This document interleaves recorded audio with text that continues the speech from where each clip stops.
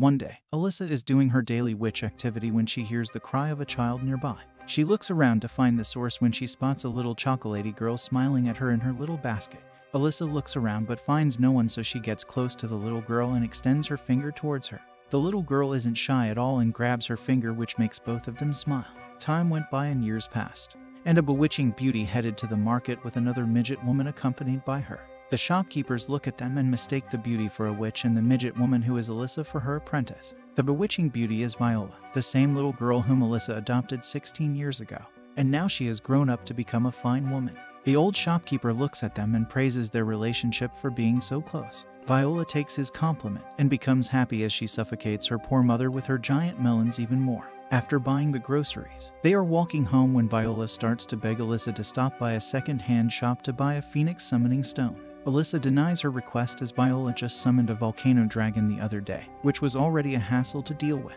Hearing her mother reject her wish, she starts to cry and make a scene in public. Alyssa gives in to her wailing and takes her to the shop. At the shop, a muscular lady greets them as she looks at Viola and compliments how big she has grown, especially in some places. While Viola is busy checking out the summoning stones, the shopkeeper lady reminds Alyssa that children grow up quickly and at some age, they start to enter their rebellious phase. However, Alyssa refutes it and tells the shopkeeper that Viola is just 16 and she's a child. The lady places her palm on her face and corrects Alyssa that Viola isn't a witch that can live up to hundreds of years. Hence, Alyssa is brutally reminded of the reality and starts to worry about Viola entering her rebellious phase and starts to think of matters to counter her rebellion. After buying the summoning stone, both of them are on their way back home when suddenly Viola thanks Alyssa for allowing her to buy the stone, which melts Alyssa's heart as she forgets about her rebellious phase. While they are walking home, Alyssa notices all the people staring at Viola, especially men, so she starts to wonder whether her daughter is ready for romance or not. On the other hand, Viola is also noticing everyone staring at them and she thinks that they are looking at her mom, so she gets mad and starts plotting murders in her mind. Later, while Viola is waiting for her mother at the restaurant table, a man comes up to her and wants to propose, but Viola brutally rejects him, making the poor man walk away in shame. After a while, Alyssa comes in and finds Viola pouting in anger. She asks her what happened when she tells her that all the men were staring at her and might flirt with her. However, Alyssa rejects this as she calls herself ugly in comparison to Viola, who is the real bewitching beauty. Later on, Alyssa is attending a witch tea party with her childhood witch friends where she tells them about stories of Viola which makes them laugh. They ask her to dress up as a proper witch so people won't mistake her for being an apprentice. But Alyssa complains that when she dresses up as a witch, she looks comical and goofy, so she prefers not to do it.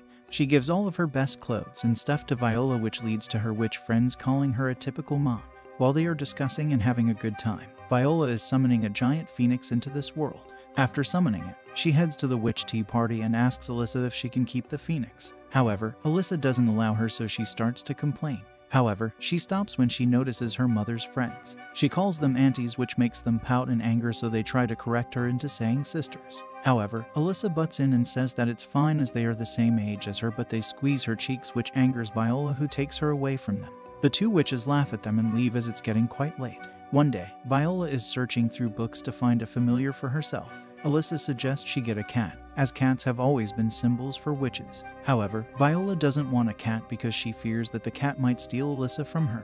So that's why she starts to find hideous creatures. This way Alyssa won't love them as much as she loves her. Alyssa is a bit fearful of her daughter's thinking, so she tells her about the familiars owned by different witches. For example, Jericho owns a snake. And on the other hand, Luna, while her tastes are quite explicit, so she doesn't want to ruin the mind of her daughter. Viola is amazed and asks if Alyssa herself ever had a familiar. She answers that she never needed one, and especially after she adopted her, it was already a lot of work to take care of a child. Viola is moved by her mother's story and decides to raise a plant first. In her mind, once she has nurtured a plant successfully, she would finally be able to take care of a familiar as well. In the end, she ends up choosing the phoenix as her familiar. One day, Viola heads to Lyra's shop to buy some poisonous herbs. Lyra welcomes her but is seriously worried about her intentions for buying poisonous herbs. Viola assures her that she will only use it when necessary. Just as she is looking through her shop for the herbs, she is amazed at how quickly Viola has grown, as she is now capable of shopping on her own. She remembers the time when Viola was just a baby and Alyssa brought her to the shop. Lyra was so angry at Viola's real parents who abandoned her like this. Although Lyra wants to break their legs for abandoning such an adorable little girl, she is also glad that Alyssa got the chance to adopt her. Lyra not only helps Alyssa navigate through her day-to-day life as a mom, but also helps her breastfeed little Viola, as Alyssa can't do it on her own. This makes her very sad, so Alyssa spends many days researching how to develop breast milk with magic, but she fails. In the end, Lyra just asks her to take care of Viola and leave such matters to her. Another day, Alyssa brought Viola to the shop, worried that Viola was a bit different from other children as she kept on summoning different creatures in sleep. Lyra just compares this to just bed pissing, which makes Alyssa cry as she seriously gets worried about Viola. However, Lyra laughs at her stupidity and tells her that it's normal, especially for someone like Viola whose mother is a witch. However, as both of them are new moms, they support each other and help in different ways. While Alyssa is good with her magic as she can do many tasks with it, on the other hand, Lyra is a brute who can use her brawn to triumph over brains anytime. While she is reminiscing about the old days, Alyssa comes to her shop looking for Viola. Viola sees her mother and runs to hug her, and after seeing the love between the two of them, melts Lyra's heart as she assures Alyssa in her heart that she turned out to be a fine mom. While she is here, Alyssa is reminded of Lyra's son and asks how he is doing. She tells him that he is fine and happens to be at home, so she heads upstairs to bring him down. However, in just a few seconds, the mom and dad end up fighting, creating a ruckus in the shop. One day, while Alyssa and Viola are harvesting the herbs from their garden, an elf merchant named Fennel arrives at the scene and he politely greets Alyssa. He asks her if the herbs for this exchange are ready, to which he gets an affirmative answer. Unlike Alyssa, Viola is not happy to see this man appear here as she tries to poison him by burning the poisonous herbs. Alyssa gets angry at Viola and asks her to stop getting violent with Fennel every time. Viola doesn't want to admit her mistake, as it was Fennel who started this in the first place. When Viola met Fennel for the first time, he introduced himself as her dad, which made her very angry as she doesn't want anyone to love her mom except herself.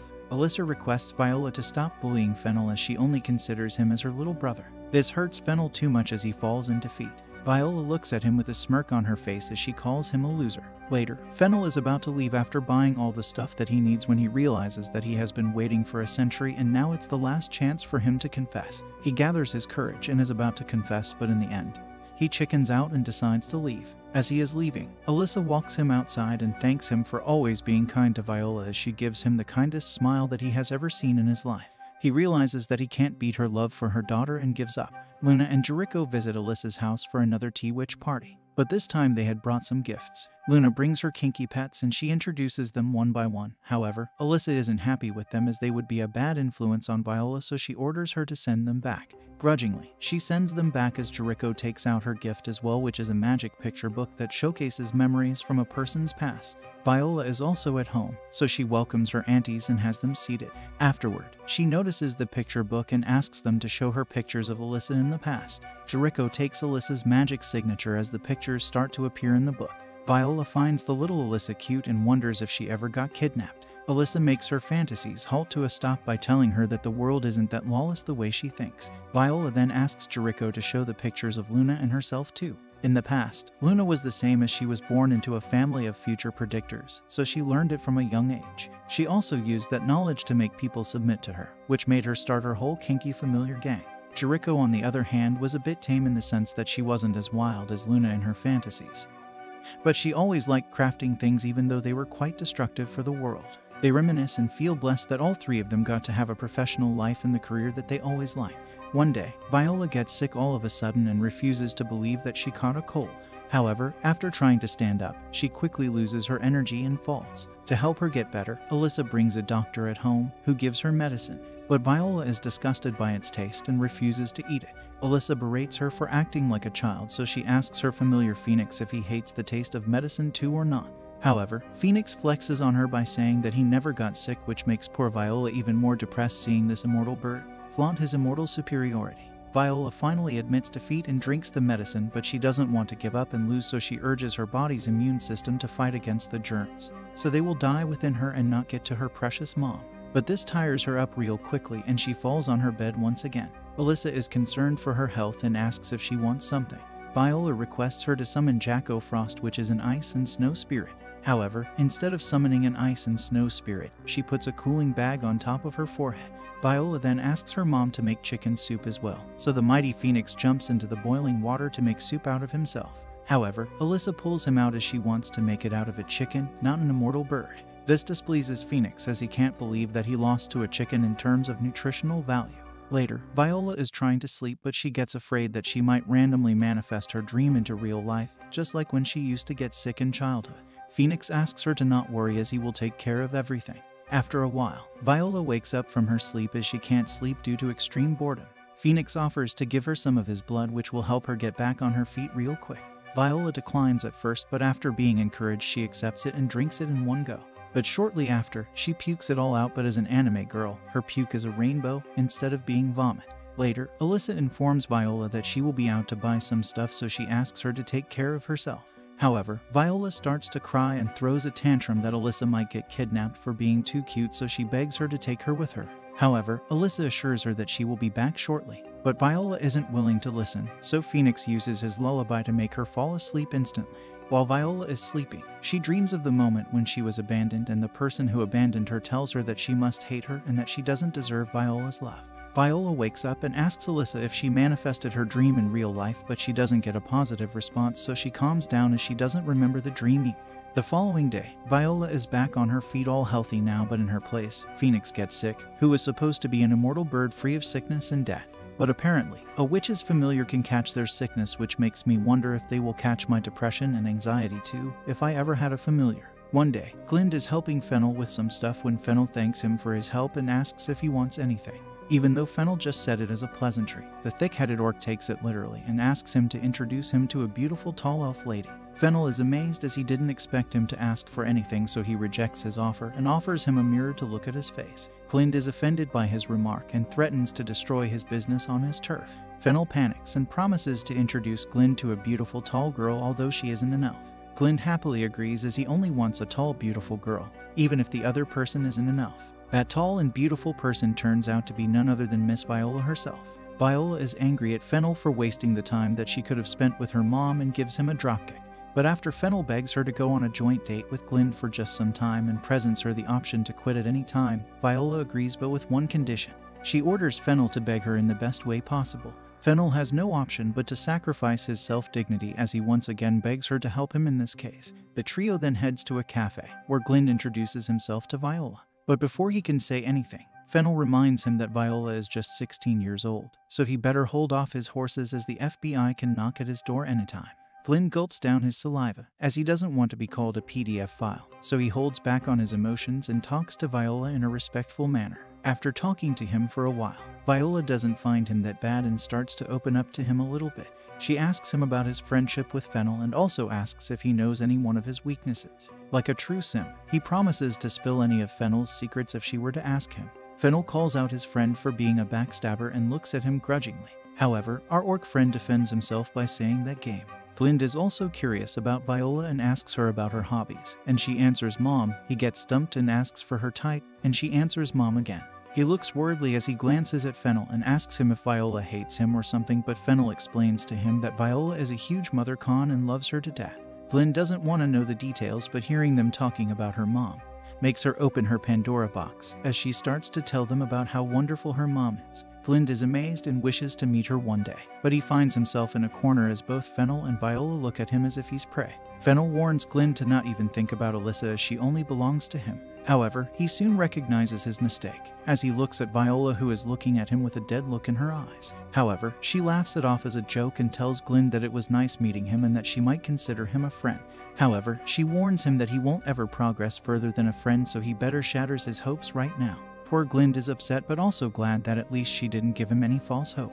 One day, Alyssa comes home with a giant egg in her hand. Viola looks at her and wonders if she laid that egg and starts to question whether angels can even lay eggs in the first place or not. Alyssa looks at her daughter and wonders if she's dumb and explains that it's an egg belonging to a lizard-kin couple in the town. They were out for some work, so they placed their egg in Alyssa's care for a day. Viola gets upset as she always dreamt of becoming a big sister, but she is also happy that she is her mom's only child. Alyssa looks at her and asks her to hold it, but Viola is afraid that she might drop it. Alyssa gives her the courage, but Viola still declines. Instead, she pets it and plays with it. Later, the Lizard King couple come to their home and take back their egg and give them a steamed ostrich egg, which is considered a dark joke in their tribe. Alyssa accepts the gift as well as gives her blessings to the little creature in the egg. One day, Fennel receives a message from Alyssa that she's all alone at home. Just like every other man, he quickly grabs his essentials and runs off to Alyssa's home without asking a second question. However, he is heartbroken when he finds Alyssa having dinner with Glynd. He calls him a traitor for betraying the bro code, but Glynd explains to him that he was called by Viola for some work as well as someone to deter him. Fennel wants to cry, but at least Glynd didn't betray him, so he reverts to his happy self. Glynd tells him that he defended his love, so he better introduce him to a pretty elf girl. Alyssa, who is listening to their explanation, gets curious and asks Glynd if he likes elves. Glynd immediately becomes happy as he starts to mumble about how much he loves elves and how pretty they are even when they turn older. However, Fennel ruins his fantasy by telling him that old elves are extremely racist and hate every race except their own. Poor Glynd is upset that his ideal model of the elves is gone now. Alyssa, on the other hand, tells them that she likes elves too, especially the Grand Life Tree in the middle of the forest, which is a great tourist spot. However, Fennel ruins it too by saying how overcrowded it is when everyone is hanging out at the tree, which ruins the mood of Glynd again as he is an introvert. However, he is amazed that Alyssa likes elves too, so he asks if she ever visited them. Alyssa nods in affirmation as she tells him that she studied in the Elven land for a while. And there she met Fennel's big brother too, who was very king. Glynd immediately smiles and asks Fennel if he has a sister too, but Fennel looks at him with disgust as he tells him that even if he had one, he would never introduce her to him. Hearing about female elves makes Glynd all happy as he wonders if they poop flowers. But Fennel ruins his fantasy by saying that they poop and fart too. Glynd grabs his collar and asks him to stop ruining his fantasies. Both of these vulgar men are spewing vulgar shit, but they stop once they look at pure Alyssa, who seems to be blushing. Glynd tries to avert his mind by asking Alyssa what sort of magic elves practice, so she explains to him about their magic types and how they are very good at manipulating mana. She also mentions their talent in archers, which makes Glynd happy as he likes female elves archers too, who are very grateful. In general, Alyssa likes elves and their lifestyle. Hearing her talk about his kind makes Fennel very happy as he starts to miss his home village too. Even though, on the outside, he hates his village and says bad things about it, but when someone else badmouths his kind, he gets very angry. Seeing that Alyssa loves his kind, he invites her to his home, but he quickly stops when he notices two heads poke out and stare at him. Fennel fears for his life and immediately stops, but he still gets punished by Phoenix for making a move against his master's mother. However, he is still very happy that at least Alyssa complimented him by saying that she likes him. However, Glynd corrects him by saying that she likes his village, not him. One day, Viola receives a letter from Lyra's husband that they had a massive harvest of sweet potatoes this year, so they invite Viola and Alyssa to dig some out. Viola shows the letter to her mom, who accepts it and agrees to head to Lyra's fields. There they meet Lyra's husband, Pondo. He is an extremely macho and kind guy who looks a bit gay and is normally a bottom in comedic anime. He tells about the potato incident that took place at their field, which turned the whole farm into living sweet potatoes. He bought a magical fertilizer from Jericho, and when he used it, this happened to his field as all the potatoes became living things. Alyssa contacts Jericho and orders her to give a neutralizer to turn these sweet potatoes back to normal. After taking care of it, they receive a lot of potatoes while Pondo gets pegged by Lyra for making such a mistake. The following week, the mother and daughter pair ate nothing but sweet potatoes, or that's what it was told in the tales. One day, Viola is chilling in her room when suddenly Phoenix pokes his giant head out from the window and presents a fairy in front of her. However, that fairy is a bit unorthodox as it's in a butt shape, so Viola quickly grabs it and takes it to Alyssa to show off. She makes fun of her butt-looking shape, but Alyssa asks her to stop as fairies come in all shapes and sizes. The little butt fairy introduces herself as Hips, which makes Viola laugh aloud as it's a really funny name. Once again, Alyssa asks her to stop and asks Hips for her intention of coming here. She informs them of her situation and requests them to come to her house for more clarification. Later, Viola and Alyssa head to the mansion where they are greeted by the owner of the house, who is a young lady named Anna. Anna is excited to see a real witch as she holds Viola's hand in admiration. However, this upsets Alyssa, who informs her that she's the one who's a real witch. After apologizing to Alyssa for mistaking her as a small apprentice, she takes both of them to the garden where she tells them about the real problem. After her father died, she started to take care of the garden all by herself. But suddenly one day, the roses started to wilt as the garden quickly became flowerless. After explaining the problem, she asks them to fix it, and in return, she is even willing to give them a whole gold bar. Well, Alyssa asks her to not jump to the conclusion and let them fix the crux of the matter. After Anna leaves, Miss Hips comes out and takes them to meet her big brother. Soon a multi-butt-looking spirit appears, which makes Viola laugh again. But this time even, Alyssa isn't able to hold back when she looks at the comical appearance of Miss Hips' brother. Miss Hips' brother, who is known as Ketz, gets angry at her sister for bringing in unknown people to the garden. Miss Hips tries to explain, but her brother doesn't want to understand, so they start to fight. The fight goes on for a while, as they trade blows equally, but eventually stops when Anna comes in with an odd-looking guy. She introduces him as her fiancé, Torino. Looking at his appearance and way of speech, Viola and Alyssa judge him to be a ruffian. It's not only them but Mr. Ketz too, who wants to shoo away this guy, as according to him he is a bad influence and a match for pure and kind Anna. Seeing him act so close to Anna makes Mr. Ketz angry as he summons a durian and slams on Torino's head. Anna quickly helps him and takes him away to bandage his wounds. Mr. Ketz calms down after taking his revenge as he now calmly listens to what his sister and these strangers have to say. However, he quickly becomes angry again when Torino gets mentioned and swears that he will unalive that son of a ditch himself. Miss Hips calms him down as she informs Alyssa and Viola that after Anna's father died, Mr. Ketz took care of Anna like her daughter, so now that she is about to marry someone, he doesn't want her to choose the wrong man. Even though he is aggressive, he is the same as every other father. Alyssa can agree with him as she wouldn't want Viola to marry off to the wrong guy either, but this makes Viola cry as she begs her mom to never leave her alone. Afterwards, Viola presents them with an option that is morally unethical, but she offers to use a mirror to spy on Torino. They agree as it's for a good cause. In the mirror, they see countless instances of Torino being extremely kind and even loyal to Anna. Seeing this, they all become emotional and support Anna in her marriage. Just then Anna comes to the garden, so Viola grabs Mr. Ketz and asks him to talk to Anna himself, but it turns out that Anna can't see spirits as she is not endowed with magical powers. In a flashback, Mr. Ketz always used to watch over Anna. He would smile whenever she would come to the garden to water plants and take care of them. However, one day she saw her crying and realized that her father had died, so to console her, he dropped a rose on her head, which made her extremely happy. Afterwards, he would randomly give her roses, and when she was sleeping under a tree he would give her shade by tilting the leaves towards her. Back in the present time, Viola and Alyssa are sitting with Anna when she informs them that she always thought someone was watching over her in the garden.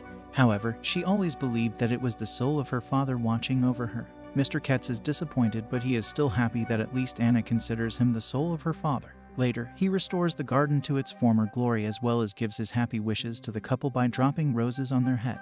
One day, Viola suddenly gets the urge to bake some cookies as she starts to cook. She starts a fire in the oven and then prepares the batter for the cookie dough. After combining everything and whisking it till it's nice and consistent, she shapes the cookies onto a baking sheet and puts them in the oven to cook at a suitable temperature. She waits for a while as the cookies are baked to perfection and takes them out as she presents them to her dead mother. Alyssa is surprised by her daughter's sudden interest in baking as she glances at the cookies that she made.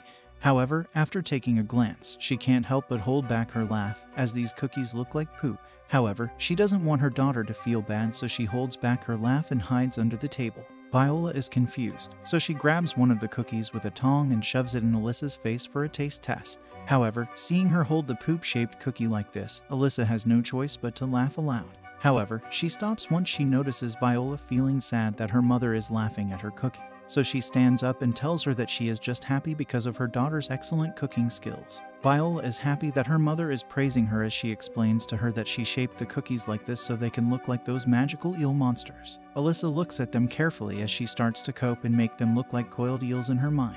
However, her imagination is once again ruined when Alyssa shows her one of her failed creations, which looks like a dog poop.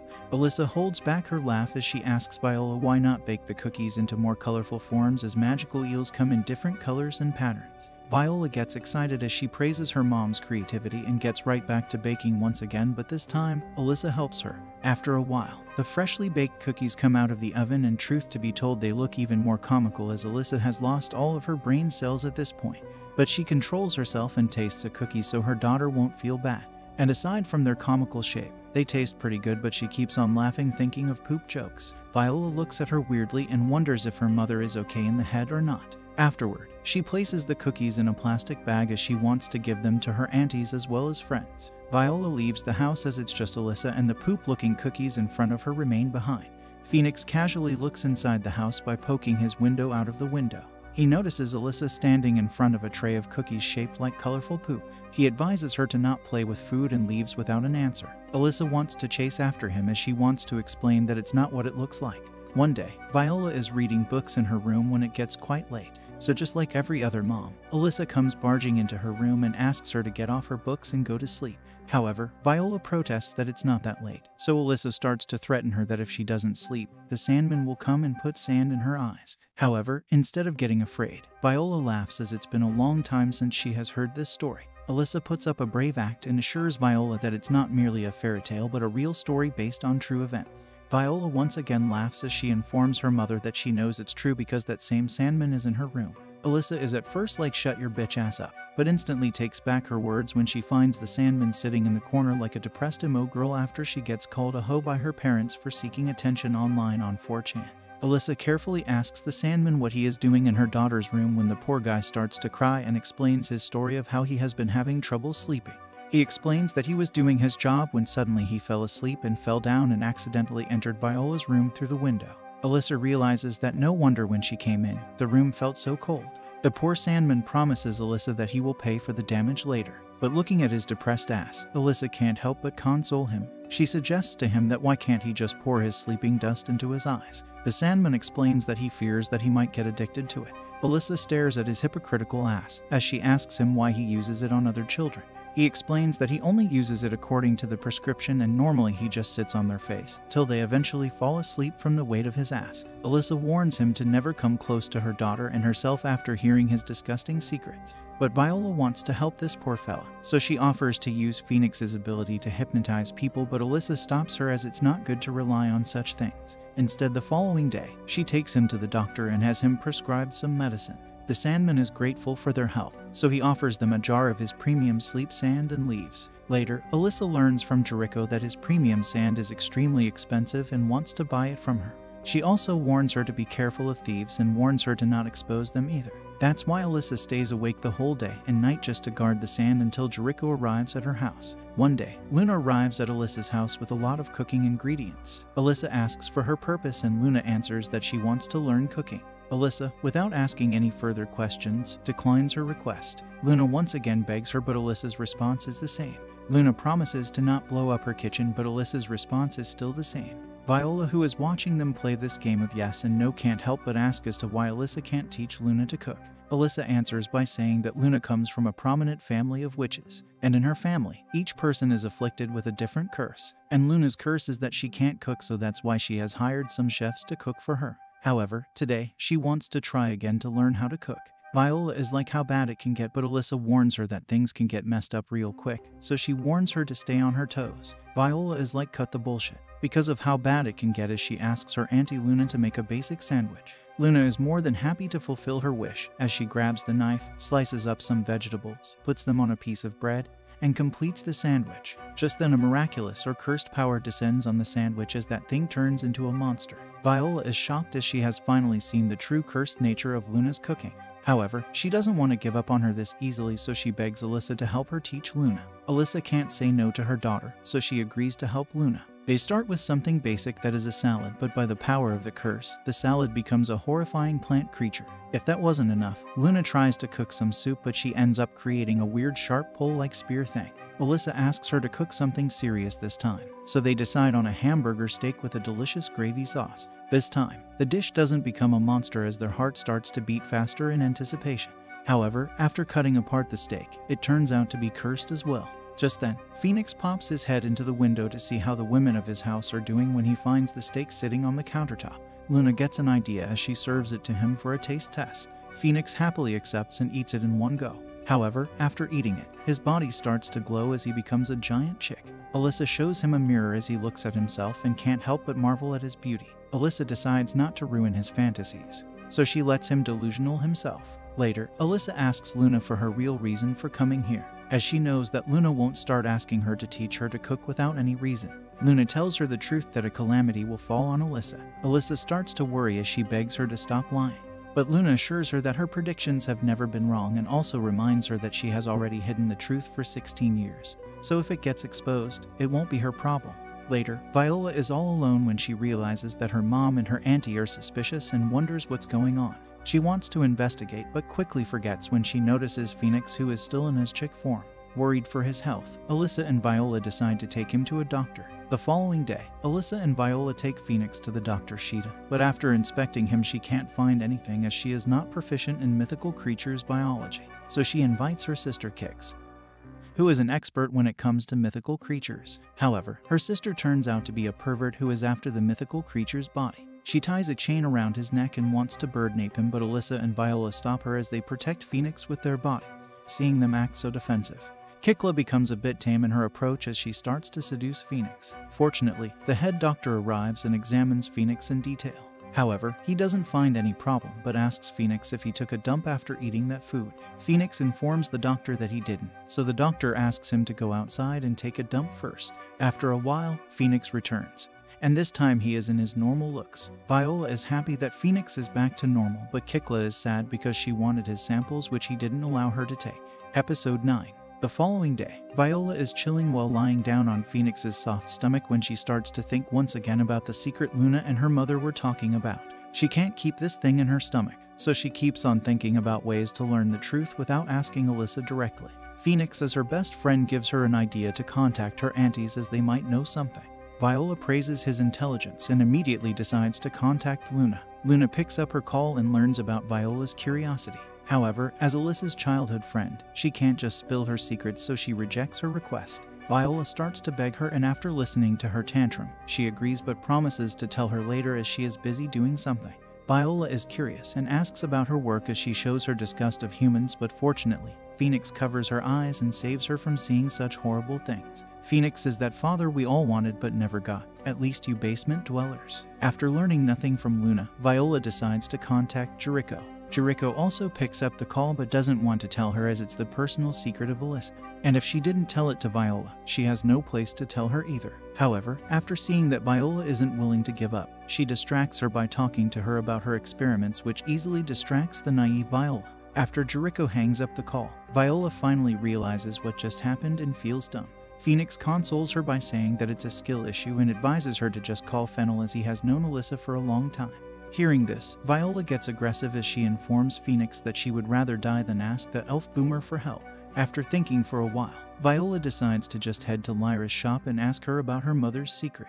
After a while, Viola arrives at the shop and greets Lyra as usual. After exchanging some pleasantries, she comes to the main topic, which is her mom's secret. Viola tells her that she doesn't know Alyssa that much as she's just a human with a limited lifespan and Alyssa is a 200-year-old witch. She informs Viola that she has known Alyssa for 18 years and in that time, she has remained the same except for raising her daughter. On the topic of daughter, Lyra asks Viola as to what she did with those poisonous herbs, but Viola doesn't answer her. Instead, she tells her that she won't be needing poisonous herbs anymore as she summoned herself a poisonous koala.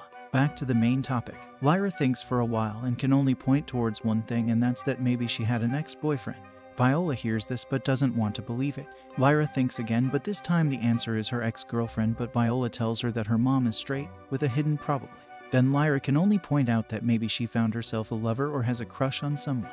Viola gets aggressive as she promises to poison that man to death. Just then a man happens to be passing by the store and hears the name Alyssa, so he decides to drop by. However, he is stunned when he looks at Viola's beauty and wonders if he has met her anywhere before. Seeing her flirt openly, Lyra gives him a nice beating. The man returns to normal, and this time, he formally asks about Viola's identity. Viola tells him that she is the daughter of Alyssa the Witch and she is just 16 years old. She also mentions that she is fatherless as her life has been without a father but only a mother. The man faints after hearing this, which makes Viola feel proud of herself. Just then, Alyssa comes into the shop and finds the man lying down on the floor. Shockingly, she calls him a dad, which shocks both Viola and Lyra as they look at the man lying down on the ground.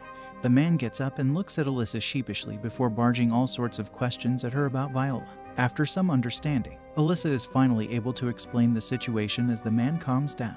This time, he introduces himself as Ori, father of Alyssa. Lyra looks at them and sighs at their family reunion. Ori tells him that it's nothing when your family is complicated. Lyra doesn't understand what sort of complication is he talking about when suddenly Alyssa drops a bomb by saying that her parents are siblings. Lyra looks at her with shock and wonders if she's in her right mind. Alyssa realizes that she misspoke, as she corrects herself by explaining that her birth mother and her mother's brother, Ori, who is not Alyssa's biological father, joined together to co-raise her. Ah, it's too complicated, just look at the screen. After this weird family reunion, Alyssa invites her father back home to stay overnight as they have not met for over 16 years now. However, she cancels her plan and kicks her father out after learning that he flirted with Viola. Later, Ori is on his way back, when he can't help but think about Viola as he is sure that he has met her before, somewhere else. One day, Pound walks up to the stairs and knocks on his son's door as he invites him out to meet Viola, who is waiting for him outside. However, he refuses to come out, so Pound starts to play music to bring him out, but his son calls him a cheap Mozart. Hurt by his sentiments, Pound once again tries to make him come out of his room, but his son asks him to leave as he states that he will not come out of his room today no matter what the cost. In some words, he could be said to be a trash and bitchless weeb whose pathetic existence is deemed to rot in their mom's basement. Pound is disappointed in his son, so he brings up Viola, who tries to make him come out of the room, but she receives the same answer. Pound is worried that his son might become a NEET and may never come out of his room like the disgusting weebs watching this recap. Viola once again asks him to come out from the room and touch grass with her, but he rejects her offers and asks her to go away. Seeing that her tactic didn't work, Viola tries a soft approach this time, as she tells him that if he comes out, she will tell him some juicy stories. However, his answer is the same as before and he will not come out today. Viola gets furious and warns him that she will burn his room if he doesn't come out, but before she can do that, Pound stops him as he doesn't want Lyra to beat his ass afterward. Viola calms down and starts to think of a way to bring him when she remembers a story of how the sun and moon took turns to heat and cool down things instantly to bring out things. So she does the same as she summons a sun spirit to heat the room, so the useless creature will come out. However, the results are rather disappointing. Phoenix is watching them from the sideline and decides to step in. He uses the most powerful ninja technique, Talk no Jutsu, in the world to try to make him come out of the room. After hearing Phoenix's philosophies, he decides to open up and tell them that he has a reason for not coming out of the room. However, to him that reason is very stupid, so he asks them to not judge him for that. Viola and others promise that they won't judge him, so he trusts them and tells them that he has got really bad hair, so that was the reason for him to not come out. Before Viola and others can say something, Lyra arrives at the scene and barges into his room, and what happened inside is too bloody to be told. One day, Alyssa receives news that the lizard family's egg finally hatched, so she takes Alyssa with her to visit their house and congratulate them. Lyra is there too as she congratulates the lizard family and even gives some tips for raising children. While they are chit-chatting, Lyra suggests they head to the family park and socialize with other moms. A while later, the three mothers arrive at the park with their children except Lyra, whose son is still bedridden. As they are socializing, a haughty woman walks towards them as she looks at Lyra with a flare in her eyes. The noble-looking woman is a secret admirer of Lyra, but she can't confess to her as she is a massive tsundere. This time, she wants to change this, but her haughty demeanor comes out on her own and ruins the atmosphere. Fortunately for them, Alyssa resolves the matter in the end as she asks them to handshake. However, the haughty woman is so embarrassed to touch Lyra's hand that she ends up slapping it. However, in her heart, touching Lyra's hand was a big accomplishment. However, Lyra finds this offensive and chases after her to teach her a lesson. Viola and Alyssa are going out to do some work, so they leave the young poisonous koala named Screechy under Phoenix's care. Phoenix takes the duty of the senior very seriously as he carefully takes care of the little Screechy. However, the little thing is a demon in disguise as it jumps here and there and makes the whole house a mess. Phoenix, as his senior, instructs him that what he is doing right now is nothing but destruction.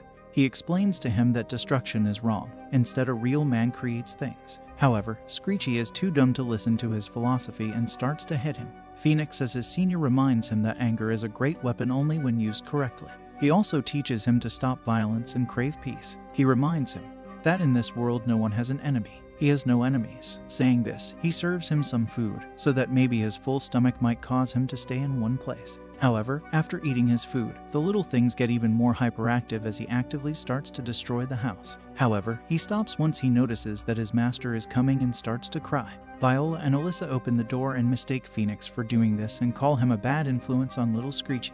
Phoenix wants to cry as he gives up his title of senior in anger and protests that justice must be served. The following day, Alyssa notices that they have been neglecting Phoenix, so she serves him a special dessert which he thoroughly enjoys. The next day it's the same and so forth. After an indefinite amount of time, Viola realizes that the smart and slim Phoenix has become quite fat. This doesn't sit with his image, so they decide to go on a weight loss journey. However, they don't know how to do it as Alyssa is so small that she doesn't get fat, and Viola, on the other hand, also never got fat despite eating anything she wants. Also, Phoenix is a mythical bird, so his diet plan must vary from that of normal humanoid creatures. As they are thinking of a solution, the solution walks right there to doorsteps, and it's none other than Sheet, who traumatized poor Phoenix last time. Sheets comes inside and asks them to give her a chance at repentance. She mentions that she may be depraved, but she is still a legit doctor. Viola and Alyssa think for a while and decide to let her select a diet plan and exercise plan for Phoenix. Instead, Sheeta creates a plan for all of them as she asks them to come to the forest plains and train there.